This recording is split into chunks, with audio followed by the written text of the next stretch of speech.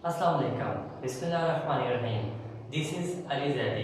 मैं यहाँ पर आपको आज का टॉपिक कंपैरेटिव एजुकेशन इसके बारे में बताने आया हूँ। कंपैरेटिव एजुकेशन इसका कॉन्सेप्ट कोई नया नहीं है, बल्कि पुराना कॉन्सेप्ट है। ये बल्कि रोमन और ग्रीक के ज़माने से चलता हुआ आ रहा है। कंपैरेटिव वर्ड निकला है कंपेयर से। कंपेयर का मतलब होता है मुआवजा करना। ये मुआवजा हम घरों में भी करते हैं। अक्सर बहन भाई आपस में कंपैरिजन कर रहे होते हैं, या कोई चीज़ हम परचेज करके लाते हैं तो हम उसको कंपैरिजन करते हैं हमारी पिछली चीज़ से कि ये चीज़ कैसी है। कंपैरिजन करने के बहुत सारे फ़ायदे भी हैं, बहुत सारे इसके न्यू हम लोग निकाल रहे होते हैं। तो कंपैरेटिव एजुकेशन है क्या, उसको हम देखते हैं। सबसे पहले देखिए, एजुकेशन एक बहुत वसी एक वर्ड है। हम देखेंगे कि कंपैरेटिव एजुकेशन से क्या मुराद है, यानी एजुकेशन में कंपैरिजन से क्या मुराद है, अब वो हम यहाँ पे डिस्कस करने वाले हैं। तो सबसे पहले हम इसकी डेफिनेशन पे चलते हैं। तो जैसे कि इसके नाम से मालूम है कि कंपैरेटिव मीन कंपेयर करना, यानी एजुकेशन सिस्टम को कंपेयर करना कि लेट्स दूसरे एक से ज़्यादा सिस्टम एक से ज़्यादा एजुकेशन सिस्टम को। फॉर एग्जांपल कि पाकिस्तान में एजुकेशन सिस्टम ऐसा है, या इंग्लैंड में एजुकेशन सिस्टम कैसा है। पाकिस्तान के एजुकेशन सिस्टम को इंग्लैंड के एजुकेशन सिस्टम से कंपेयर करने का नाम कंपैरेटिव एजुकेशन है।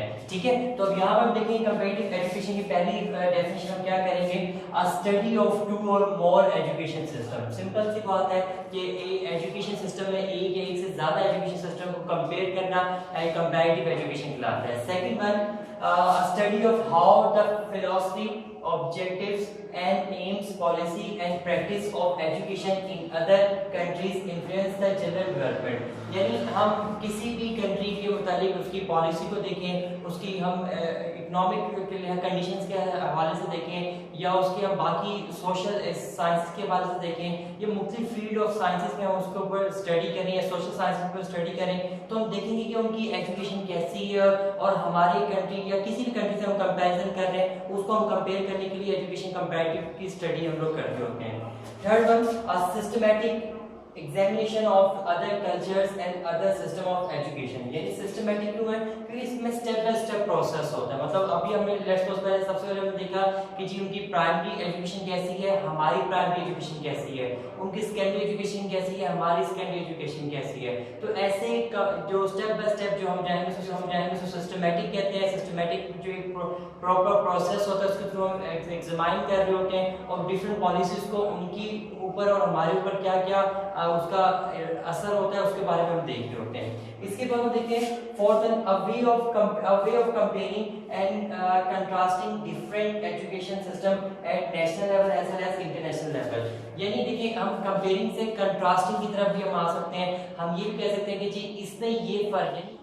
पर्पस ऑफ कंपैरेटिव एजुकेशन, देखिए हर एक चीज़ का पर्पस होता है। इसी तरह कंपैरेटिव एजुकेशन का भी कोई ना कोई पर्पस होगा।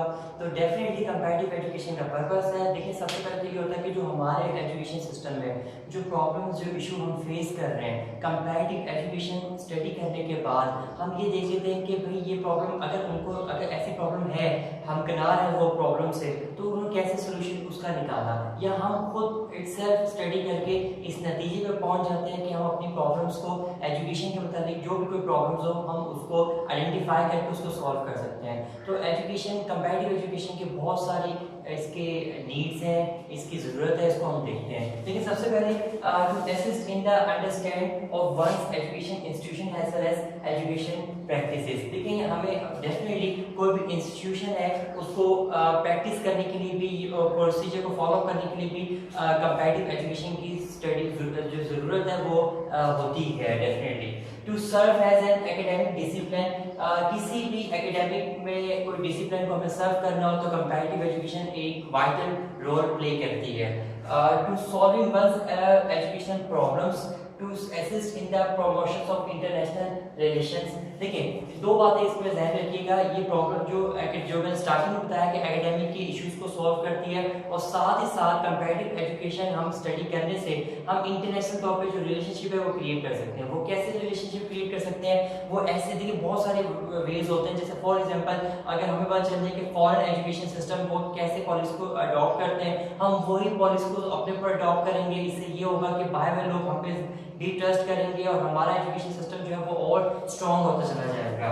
इसके साथ साथ देखिए, to contribute to the formation of country's education system, to educate the students and teachers, to update their knowledge. Definitely students और टीचर्स के लिए भी जरूरी है कि जो उनकी एजुकेशन सिस्टम है उसमें वो कितना रिलायबल एजुकेशन, ऑथेंटिक एजुकेशन हासिल कर रहे हैं। तो उसके लिए ये जरूरी है कि वो कंपैरेटिव एजुकेशन जो है वो स्टडी करें और उसके साथ साथ जो उसमें डिफरेंसेस हैं उनको भी देखें।